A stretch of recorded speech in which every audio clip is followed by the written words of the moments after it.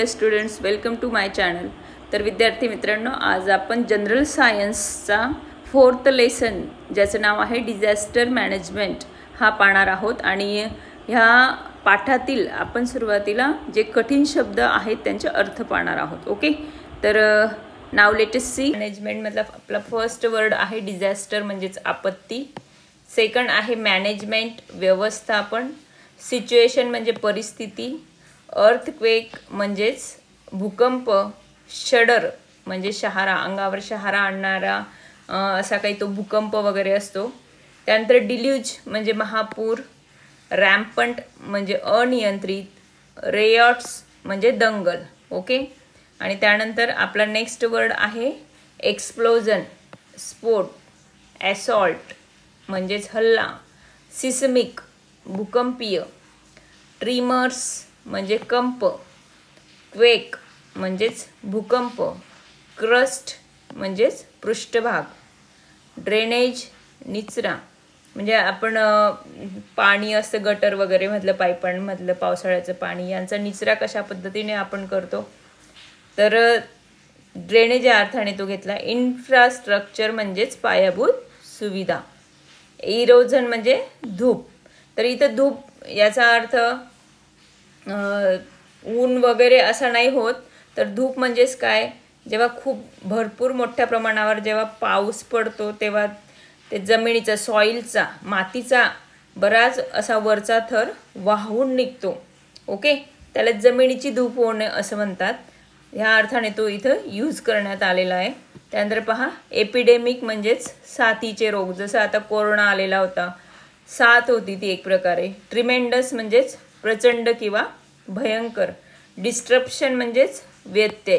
Okay, prevent म्हणजे प्रतिबंध, implementation अंमलबजावणी, रिमेडियल उपचारात्मक म्हणजे काहीतरी त्याच्यावर उपाययोजना आखण्यात येतील किंवा उपचार करण्यात येतील। कशा पद्धतीने उपचार करण्यात येतील, एखादा डॉगने बाईट केलंय, कुत्र्याने चावलंय, तर कोणकोणते उपचार करण्यात येतील अशा अर्थाने।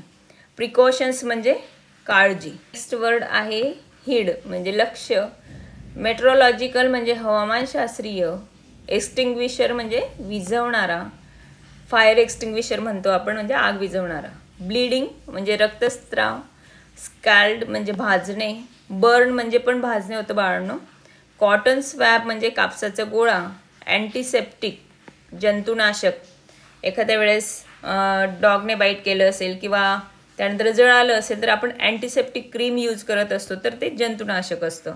ऑइंटमेंट म्हणजेच काय, मलम।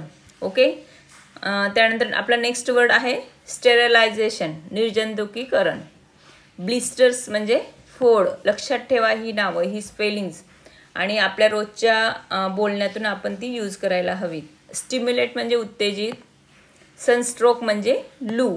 आता लू याचा अर्थ काय होईल, सनस्ट्रोक म्हणजेच ऊन लागणे आपण ज्याला म्हणतो। त्यानंतर इन्फेक्शन म्हणजे संसर्ग, फ्लड म्हणजे पूर। ओके, मोठ्या प्रमाणावर पाऊस आल्यावर बऱ्याच नद्यांना, नाल्यांना पूर येतो, त्यालाच फ्लड म्हटलं जातं। स्टॉर्म म्हणजे वादळ, मोठमोठी जी वादळे असतात, चक्रीवादळ वगैरे अशा अर्थाने। एक्सटर्नल म्हणजे बाह्य किंवा बाहेरील, फॉरेस्ट फायर जंगलात लागणारी आग, डॅमेज म्हणजे नुकसान, आणि हेवी रेन्स म्हणजे मोठ्या प्रमाणावर पाऊस, यालाच अतिवृष्टी असंही म्हणतो आपण, आणि इफेक्ट म्हणजे परिणाम। तर विद्यार्थी मित्रांनो, भरपूर असे नवीन नवीन वर्ड्स मी तुमच्यासाठी इथं घेतले आहेत आणि त्यांचे अर्थही सांगितले आहेत। बऱ्याच जणांना काही वर्ड्स माहिती असतील किंवा काही माहितीही नसतील, म्हणून ही जी वर्ड्स आहेत स्पेलिंग तुम्ही अगदी व्यवस्थितपणे पाठ करा। विद्यार्थी मित्रांनो, नेक्स्ट व्हिडिओमध्ये आपण डिझास्टर मॅनेजमेंट ह्या लेसनचा पूर्ण अर्थ पाहणार आहोत, म्हणजेच पूर्ण लेसन मी त्याच्यात शिकवणार आहे तुम्हाला। माझे व्हिडिओ तुम्हाला नक्कीच आवडतात हेही मला माहिती आहे, म्हणून व्हिडिओला जास्तीत जास्त शेअर करा आणि त्याचबरोबर तुम्ही जर माझ्या चॅनलवर न्यू असाल तर चॅनललाही सबस्क्राईब करा। ओके।